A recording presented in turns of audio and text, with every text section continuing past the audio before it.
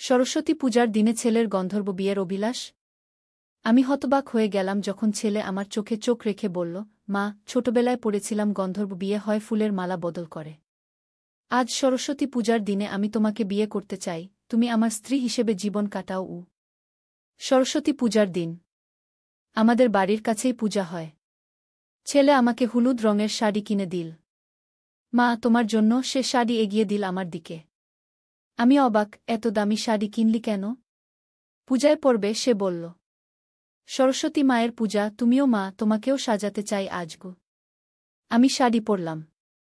ছেলে আমাকে দেখে বলল, মা, তুমি দেবীর মতো লাগছে গু। আমি হাসলাম, অত প্রশংসা করিস না গে।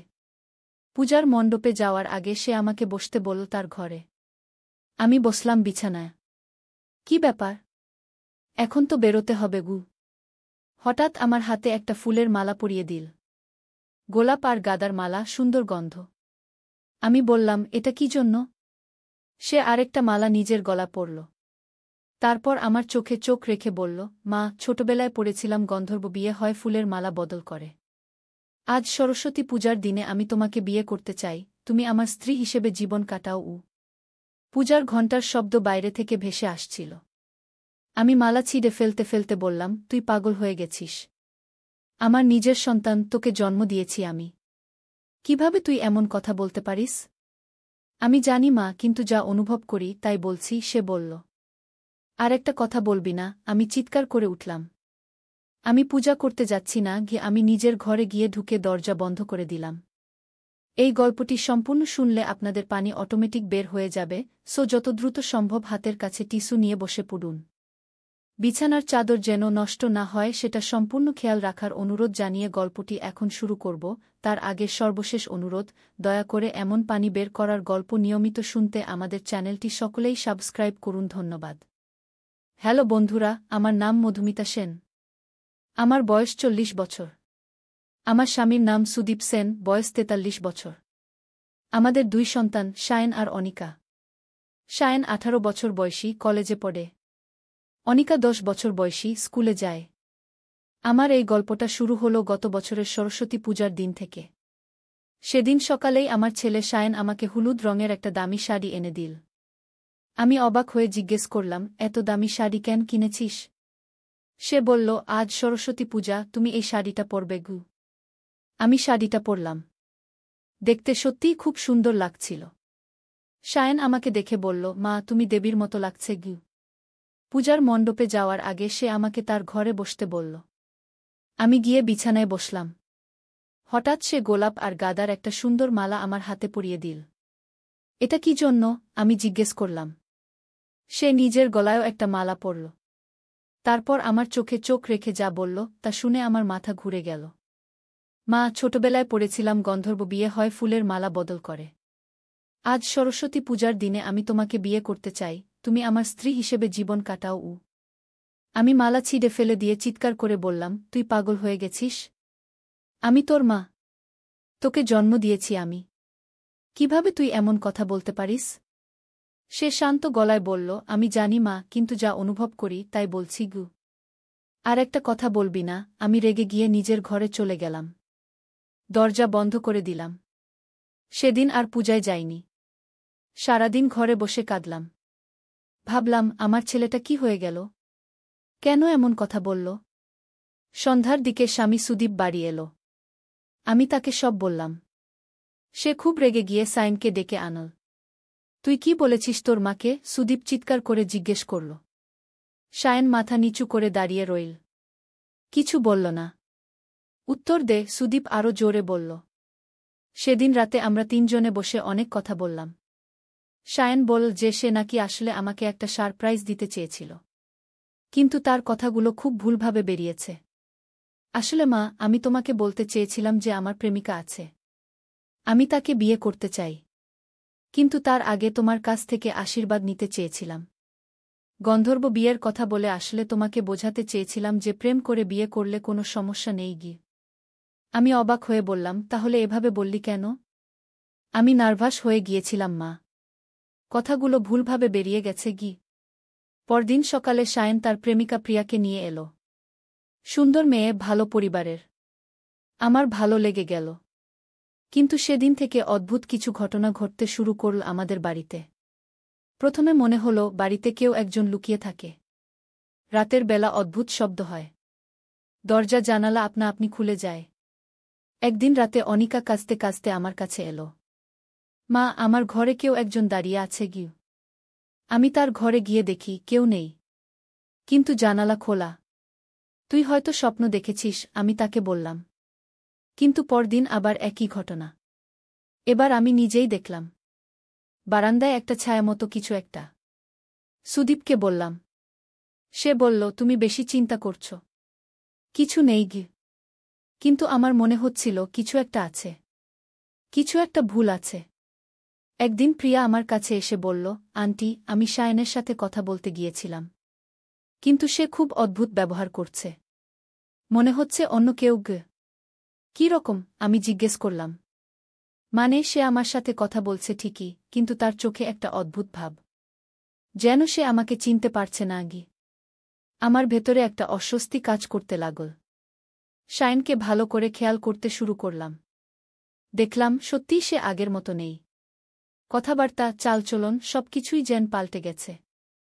একদিন রাতে আমি তার ঘরে গেলাম। দেখি সে বিছানায় বসে একটা পুরনো বই পড়ছে। কি পড়ছিস? আমি জিজ্ঞেস করলাম। সে বইটা লুকিয়ে ফেল। কিছু না মা। কিন্তু আমি দেখেছিলাম সেটা একটা তন্ত্রমন্ত্রের বই। পরদিন সকালে সুদীপ অফিসে গেলে আমি শায়নের ঘরে গিয়ে বইটা খুঁজলাম। পেয়ে গেলাম তার বিছানার নিচে। বইটা খুলে দেখি ভেতরে অনেক অদ্ভুত জিনিস লেখা। আত্মার সাথে কথা বলার উপায়, মৃত ব্যক্তির আত্মাকে ডাকার মন্ত্র, এসব। আমার হাত কাঁপতে লাগল। শায়ন কি করছে এসব নিয়ে? সেদিন সন্ধ্যায় শায়ন বাড়ি ফিরল। আমি তাকে বইটা দেখিয়ে জিজ্ঞেস করলাম, এটা কি? সে প্রথমে অস্বীকার করল। তারপর বলল, আমি শুধু পড়ছিলাম মা, কৌতূহল থেকে গুই। কিন্তু কেন? আমার মনে হচ্ছে আমাদের বাড়িতে কিছু একটা আছে। আমি বুঝতে চাইছি কি গু। সেই রাতে আমার ঘুম এলো না। মনে হচ্ছিল আমার ছেলে যেন আর আমার ছেলে নেই। কেউ একজন তার জায়গা নিয়েছে। পরদিন সকালে আমি আমার বর বোন কল্যাণীর কাছে গেলাম। তাকে সব বললাম। কল্যাণী বোন বলল, তুই একজন তান্ত্রিকের কাছে যা, আমার পরিচিত একজন আছে গিয়ে। আমি রাজি হলাম না প্রথমে, কিন্তু ঘটনাগুলো আরও বাড়তে লাগল। একদিন রাতে আমি দেখলাম শায়ন বারান্দায় দাঁড়িয়ে কার সাথে যেন কথা বলছে, কিন্তু কেউ নেই সেখানে। আমি কাছে গিয়ে ডাকলাম, শায়ন। সে ঘুরে তাকাল। তার চোখে একটা অদ্ভুত ভাব, যেন সে আমাকে চিনতে পারছে না। কার সাথে কথা বলছিলি? আমি জিজ্ঞেস করলাম। কেউ নেই তো মা, সে বলল। কিন্তু তার গলার স্বর যেন আলাদা। পরদিন আমি কল্যাণী বোনের সাথে তান্ত্রিকের কাছে গেলাম। তার নাম গোপাল বাবা। গোপাল বাবা আমার কথা শুনে বলল, তোমার ছেলে কোনো আত্মাকে ডেকেছে। সেই আত্মা এখন তার উপর ভর করেছে গু। আমার গা শিউরে উঠল। কি করবা আমি? তুমি তোমার ছেলেকে নিয়ে আস আমার কাছে, আমি দেখি কি করা যায়। সেদিন বাড়ি ফিরে শায়নকে বললাম গোপাল বাবার কাছে যেতে। সে রাজি হল না। আমার কিছু হয়নি মা, তুমি বেশি ভাবছ। কিন্তু সেই রাতেই আরও ভয়ঙ্কর একটা ঘটনা ঘটল। আমি রাত 2টোর দিকে ঘুম থেকে উঠলাম পানির জন্য। রান্নাঘরে গিয়ে দেখি শায়ন সেখানে দাঁড়িয়ে আছে। তার হাতে একটা ছুরি। শায়ন, তুই কি করছিস? সে আমার দিকে তাকাল। তার চোখ যেন আগুনের মতো লাল। তুমি কে? সে বলল একটা অদ্ভুত গলায়। আমার পা কাঁপতে লাগল। আমি তোর মা গু। আমার মা নেই, আমার কেউ নেই। সে ছুরি তুল। আমি চিৎকার করে সুদীপকে ডাকলাম। সুদীপ দৌড়ে এসে শায়নের হাত থেকে ছুরি কেড়ে নিল। শায়ন হঠাৎ মেঝেতে পড়ে গেল, বেহুশ হয়ে গেল। পরদিন সকালে শায়নের কিছুই মনে নেই। সে বলল, আমি কি করেছি মা? আমি সব বললাম। সে ঘাবড়ে গেল। মা, আমি কিছুই মনে করতে পারছি না। মনে হচ্ছে কেউ আমাকে দিয়ে এসব করাচ্ছে গি। সেদিনই আমি জোর করে শায়নকে নিয়ে গোপাল বাবার কাছে গেলাম। গোপাল বাবা শায়নকে দেখেই বলল, হ্যাঁ, এর উপর একটা আত্মার ভর আছে, এবং সেটা খুবই ক্ষতিকর। কি করব? আমি কাঁদতে কাঁদতে জিজ্ঞেস করলাম। এই আত্মাকে তাড়াতে হবে, কিন্তু সেটা সহজ হবে না। এই আত্মা অনেক শক্তিশালী। গোপাল বাবা বলল যে এই আত্মা নাকি একজন যুবকের। সে অনেক বছর আগে আত্মহত্যা করেছিল। তার প্রেমিকা তাকে ছেড়ে চলে গিয়েছিল। সেই দুঃখে সে আত্মহত্যা করে। এখন সে অন্যদের সুখী পরিবার ভাঙতে চায়। তোমার ছেলে যখন সেই বইটা পড়ে মন্ত্র করেছে তখন এই আত্মা এসেছে। গোপাল বাবা সায়নের জন্য একটা তাবিজ দিল। বলল, এটা সব সময় গলা রাখবে। আর যতদিন না আমি পুরোপুরি তারাই ততদিন একা থাকবে না। কিন্তু আত্মা এত সহজে যাবার নয়। পরের কয়েকদিন আরও ভয়ঙ্কর সব ঘটনা ঘটল। একদিন প্রিয়া বাড়িতে এসেছিল। সায়নের সাথে কথা বলছিল। হঠাৎ সায়ন প্রিয়ার গলা চেপে ধরল। তুমি আমাকে ছেড়ে যাবে? যেমন রূপা আমাকে ছেড়ে গিয়েছিল। প্রিয়া বুঝতে পারল না সে কার কথা বলছে। সে চিৎকার করে ডাকল আমাকে। আমি দৌড়ে গিয়ে সায়নের হাত সরিয়ে দিলাম। সে হঠাৎ জ্ঞান ফিরে পেল। প্রিয়া, তুমি ঠিক আছো? আমি কি করেছি? প্রিয়া ভয় পেয়ে গিয়েছিল। সেদিনের মতো চলে গেল। পরদিন গোপাল বাবা আমাদের বাড়িতে এলো। বলল, আজকে রাতেই আত্মাকে তাড়াতে হবে। আর দেরি করলে বিপদ হবে। রাতে গোপাল বাবা একটা পূজা করল। অনেক মন্ত্র পড়ল। আগুন জ্বালিয়ে হোম করল। হঠাৎ সায়ন চিৎকার করে উঠল। তার চোখ আবার লাল হয়ে গেল। আমি যাব না। আমি এখানেই থাকব, সে একটা অদ্ভুত গলায় বলল। গোপাল বাবা আরও জোরে মন্ত্র পড়তে লাগল। সায়ন মেঝেতে ছটফট করতে লাগল। এক সময় সে চুপ হয়ে গেল। শান্ত হয়ে গেল। গোপাল বাবা বলল, আত্মা চলে গেছে। এখন তোমার ছেলে ঠিক আছে। পরদিন থেকে সায়ন আগের মতো হয়ে গেল। আর কোনো অদ্ভুত ব্যবহার করল না। প্রিয়াও ফিরে এলো। তারা দুজনে ঠিক করল তাড়াতাড়ি বিয়ে করবে। কিন্তু এই পুরো ঘটনা আমাকে একটা বিষয় বুঝিয়ে দিল। সন্তানদের সাথে খোলামেলা কথা বলতে হয়। তাদের সমস্যাগুলো জানতে হয়। সায়ন যদি প্রথমেই সরাসরি বলত যে তার প্রেমিকা আছে এবং বিয়ে করতে চায়, তাহলে এত বড় সমস্যা হতো না। আর আমিও বুঝলাম কুসংস্কার আর তন্ত্রমন্ত্র এসব নিয়ে ঘাটাঘাটি করা উচিত নয়। এতে বিপদ বেড়ে যায়, বই কমে না। এখন আমাদের পরিবারের সবাই মিলে শান্তিতে আছি। সায়ন আর প্রিয়ার বিয়ে হয়ে গেছে। তারা খুব সুখী। অনিকাও ভালো আছে। সে আর কোনো ভূতের গল্প বলে না। কিন্তু মাঝে মাঝে সেই রাতের কথা মনে পড়লে এখনও গা শিউরে ওঠে। কি ভয়ঙ্কর অভিজ্ঞতা ছিল সেটা। আমি অন্য মায়েদের বলি, সন্তানদের সাথে বন্ধুর মতো থাকুন। তাদের সমস্যাগুলো জানার চেষ্টা করুন। তাহলে অনেক বিপদ এড়ানো যায়। আর হ্যাঁ, কোনো অজানা বইপত্র নিয়ে পরীক্ষা-নিরীক্ষা করবেন না। এতে ভালোর চেয়ে ক্ষতিই বেশি হয়। তবে আমার এই অভিজ্ঞতার পর থেকে আরও একটা রহস্যময় ঘটনা ঘটতে শুরু করল, যেটা আমাকে আরও বড় একটা অ্যাডভেঞ্চারের দিকে নিয়ে গেল। সায়ন আর প্রিয়ার বিয়ের পর তারা আমাদের সাথেই থাকতে শুরু করল। প্রিয়া খুব ভালো মেয়ে, আমাকে মা বলে ডাকে। আমিও তাকে নিজের মেয়ের মতো ভালোবাসি। একদিন প্রিয়া আমার কাছে এসে বলল, মা, আমার একটা অদ্ভুত স্বপ্ন হচ্ছে বারবার। কী রকম স্বপ্ন? আমি জিজ্ঞেস করলাম। স্বপ্নে দেখি একটা পুরানো বাড়ি। সেই বাড়ির মধ্যে একটা গোপন রুম আছে। সেই রুমে অনেক সোনাদানা, হীরাজহরত রাখা আছে। আমি হেসে বললাম, এইসব স্বপ্ন সবাই দেখে। কিছু না।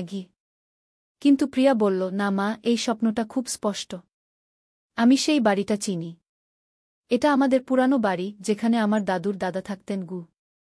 আমার কৌতূহল হল, কোথায় সেই বাড়ি? গ্রামে। আমাদের পৈতৃক বাড়ি। এখন সেটা পরিত্যক্ত অবস্থায় আছে। কেউ থাকে না। প্রিয়া বলল যে তার দাদুর দাদা নাকি খুব ধনী ছিলেন। কিন্তু তিনি মারা যাওয়ার পর তার সম্পত্তির হদিস পাওয়া যায়নি। পরিবারের সবাই মনে করে তিনি কোথাও লুকিয়ে রেখেছিলেন। কিন্তু কেউ খুঁজে পায়নি। এই কথা শুনে আমার মনে একটা পরিকল্পনা এলো। আমি সুদীপকে বললাম, চল আমরা একবার প্রিয়ার গ্রামের বাড়ি দেখে আসি। সুদীপ প্রথমে রাজি হল না। কিন্তু আমি পিডাপিডি করতে থাকলাম। এটা একটা অ্যাডভেঞ্চার হবে। আমাদের পারিবারিক ভ্রমণ। প্রিয়ার পৈতৃক বাড়ি দেখব। অবশেষে সুদীপ রাজি হল। আমরা সবাই মিলে, আমি, সুদীপ, সায়ন, প্রিয়া আর অনিকা, প্রিয়ার গ্রামে রওনা দিলাম। গ্রামটা ঢাকা থেকে প্রায় 100 কিলোমিটার দূরে। আমরা গাড়ি করে গেলাম। প্রিয়ার পৈতৃক বাড়িটা দেখে আমি অবাক হলাম। বিশাল বড় বাড়ি। তিনতলা। কিন্তু অনেক দিন থেকে কেউ থাকে না বলে জায়গায় ভেঙে গেছে। এই বাড়িতে আমার পরদাদু একা থাকতেন, প্রিয়া বলল। তার কোনো সন্তান ছিল না। আমার দাদুই ছিলেন তার একমাত্র উত্তরাধিকারী।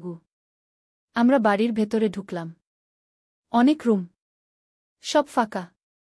প্রিয়া বলল, আমার দাদু বলতেন পরদাদু নাকি একটা গোপন রুম বানিয়েছিলেন। কিন্তু সেটা কোথায় কেউ জানে না।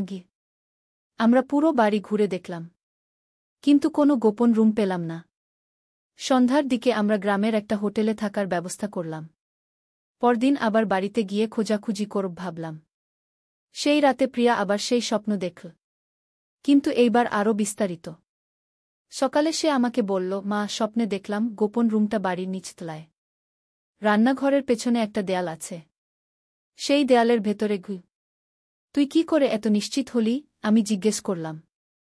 স্বপ্নে একজন বৃদ্ধ লোক আমাকে দেখিয়ে দিয়েছে। মনে হচ্ছিল সেই লোকটাই আমার পরদাদু। আমার গা শিউরে উঠল। তুই তোর পরদাদুকে দেখেছিস কখনো? না, তিনি আমার জন্মের আগেই মারা গেছেন। কিন্তু স্বপ্নে লোকটাকে খুব পরিচিত লাগছিল। সেদিন সকালেই আমরা আবার বাড়িতে গেলাম। রান্নাঘরে গিয়ে দেয়ালগুলো ভালো করে দেখলাম। একটা দেয়াল আসলেই অদ্ভুত লাগছিল। অন্য দেয়ালগুলোর চেয়ে একটু আলাদা, যেন সেটা পরে তৈরি করা হয়েছে। সুদীপ একটা হাতুড়ি এনে দেয়ালে টোকা দিল। শব্দ শুনে মনে হল ভেতরটা ফাঁকা। এখানে সত্যিই কিছু একটা আছে মনে হচ্ছে, সুদীপ বলল। আমরা দেয়ালটা ভাঙার সিদ্ধান্ত নিলাম। গ্রাম থেকে কয়েকজন লোক এনে দেয়াল ভাঙলাম। আর তারপর যা দেখলাম তা দেখে আমাদের চোখ ছানাবড়া হয়ে গেল। সত্যিই একটা গোপন রুম। এবং সেই রুমে অনেক পুরানো জিনিসপত্র রাখা। একটা লোহার সিন্দুক, কয়েকটা কাঠের বাক্স। আমরা সিন্দুকটা খুললাম। ভেতরে অনেক স্বর্ণালঙ্কার, রূপার বাসনপত্র আর অনেক পুরানো দলিল দস্তাবেজ। কাঠের বাক্সগুলোতে আরও অনেক মূল্যবান জিনিস। পুরানো মুদ্রা, হীরার গহনা। এত সম্পত্তি! প্রিয়া অবাক হয়ে বলল। আমরা দলিলগুলো দেখলাম। সেগুলো প্রিয়ার পরদাদুর নামে বিভিন্ন জমিজমার কাগজপত্র। এইসব জমি এখনও আছে কিনা খোঁজ নিতে হবে, সুদীপ বলল।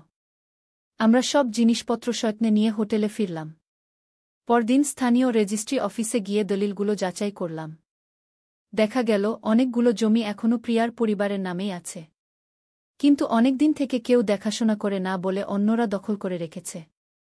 এইসব জমির দাম এখন কোটি টাকার উপরে, রেজিস্ট্রি অফিসের কর্মচারী বলল। প্রিয়ার পরিবার রাতারাতি ধনী হয়ে গেল।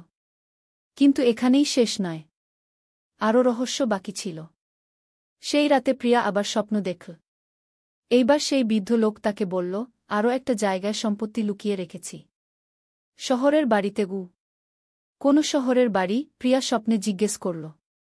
ঢাকায়। পুরান ঢাকায় একটা বাড়ি আছে আমার। সেখানে আরও অনেক সম্পত্তি লুকিয়ে রেখেছি। সকালে প্রিয়া আমাদের সব বলল। আমরা দলিলগুলো আবার দেখলাম। সত্যিই পুরান ঢাকায় একটা বাড়ির কাগজপত্র আছে। চল সেই বাড়িও দেখে আসি, আমি বললাম। পরদিন আমরা ঢাকায় ফিরে এসে সেই বাড়ির খোঁজ নিলাম। বাড়িটা পুরান ঢাকার একটা অলিগলিতে। এখন সেখানে অন্য একটা পরিবার ভাড়া থাকে। আমরা তাদের সাথে কথা বললাম। তারা বলল, এই বাড়ির আসল মালিককে আমরা জানি না। আমরা এক দালালের কাছ থেকে ভাড়া নিয়েছি। আমরা দালালের খোঁজ নিলাম। দেখা গেল সে অনেক দিন থেকে এই বাড়ি ভাড়া দিয়ে আসছে। কিন্তু আসল মালিকের সাথে তার যোগাযোগ নেই। আমরা আইনি পদ্ধতিতে বাড়িটার দখল নেওয়ার চেষ্টা করলাম। দেখা গেল বাড়িটা সত্যিই প্রিয়ার পরদাদুর নামেই রেজিস্ট্রি আছে। কয়েক মাসের আইনি প্রক্রিয়ার পর আমরা বাড়িটার দখল পেলাম। বাড়িটা তিনতলা। বেশ পুরানো কিন্তু শক্ত। আমরা পুরো বাড়ি খুঁজে দেখলাম। কিন্তু গ্রামের মতো কোনো গোপন রুম পেলাম না। একদিন প্রিয়া বলল, মা, আমার মনে হচ্ছে এই বাড়ির ছাদে কিছু একটা আছে। ছাদে কি থাকবে? আমি বললাম। জানি না, কিন্তু মনে হচ্ছে ছাদে গিয়ে খোঁজ নিতে হবে। আমরা ছাদে গেলাম। সেখানে একটা পুরানো পানির ট্যাঙ্ক আছে। অনেক দিন থেকে ব্যবহার হয় না। সুদীপ ট্যাঙ্কটা পরীক্ষা করে দেখল। ট্যাঙ্কের নিচে একটা লোহার প্লেট লাগানো। সেটা খুললে একটা গর্ত। গর্তের ভেতরে একটা কাপড়ে মোড়ানো কিছু একটা। আমরা সেটা তুলে এনে খুললাম। ভেতরে একটা চামড়ার ব্যাগ। আর সেই ব্যাগে অনেক হীরাজহরত আর সোনার বিস্কুট। এত ধনসম্পদ! অনিকা অবাক হয়ে বলল। আমরা সব মিলিয়ে হিসাব করলাম। প্রিয়ার পরিবারের সম্পত্তির মূল্য কয়েক কোটি টাকা। কিন্তু প্রিয়া বলল, এইসব সম্পত্তি আমি একা নিতে পারি না। আপনারাও আমার পরিবার। আমরা সবাই মিলে ভাগ করে নেবঘু। আমি বললাম, না প্রিয়া, এটা তোর পরিবারের। আমরা নিতে পারি না ঘি। কিন্তু প্রিয়া এবং সায়েন জোর করে আমাদের একটা অংশ দিল। এই অভিজ্ঞতার পর আমাদের পারিবারিক বন্ধন আরও মজবুত হয়ে গেল। প্রিয়াকে আমি সত্যিকারের মেয়ের মতো ভালোবাসি এখন। আর সবচেয়ে মজার ব্যাপার হল, এই পুরো ঘটনা শুরু হয়েছিল সায়েনের সেই অদ্ভুত কথাবার্তা থেকে। যদি সেদিন সেই ঘটনা না ঘটত, আমরা প্রিয়াকে এত ভালো করে চিনতে পারতাম না। তার স্বপ্নের কথাও জানতে পারতাম না। জীবনে এমনই হয়। মাঝে মাঝে খারাপ কিছু ঘটে, কিন্তু তার থেকেই ভালো কিছু বের হয়ে আসে। এখন আমাদের পরিবারের সবাই মিলে খুব সুখে আছি। সায়েন আর প্রিয়া তাদের নতুন জীবন শুরু করেছে। অনিকাও খুব খুশি যে তার এত বড় দিদি হয়েছে। আর আমি খুব গর্বিত যে আমার পরিবারে এমন একটা রোমাঞ্চকর অ্যাডভেঞ্চার হয়েছে। এই ঘটনা আমাদের জীবনে একটা নতুন মাত্রা এনে দিয়েছে। প্রিয়ার পরদাদুর আত্মা নিশ্চয়ই খুশি হয়েছেন যে তার লুকিয়ে রাখা সম্পত্তি সঠিক হাতে পৌঁছেছে। আর আমাদের পরিবারও বুঝেছে যে পারস্পরিক ভালোবাসা আর বিশ্বাসই সবচেয়ে বড় সম্পদ। টাকাপয়সা ভালো, কিন্তু পারিবারিক বন্ধনের কাছে সেটা কিছুই না। আজ যখন এই গল্পটা বলছি তখনও মনে হচ্ছে স্বপ্নের মতো। কিন্তু এটাই সত্যি। জীবনে এমন অনেক রহস্য আছে যেগুলো আমরা জানি না। কখন কোথা থেকে কি ঘটে যায় কেউ বলতে পারে না। তবে একটা কথা বলতে পারি, পরিবারের সবাই মিলে থাকলে যে কোনো সমস্যার সমাধান হয়ে যায়। আর জীবনে অ্যাডভেঞ্চারের অভাব থাকে না। আশা করি আমার এই গল্প শুনে আপনাদের ভালো লেগেছে। এমন আরও গল্প শুনতে চাইলে আমাদের চ্যানেল সাবস্ক্রাইব করুন। ধন্যবাদ।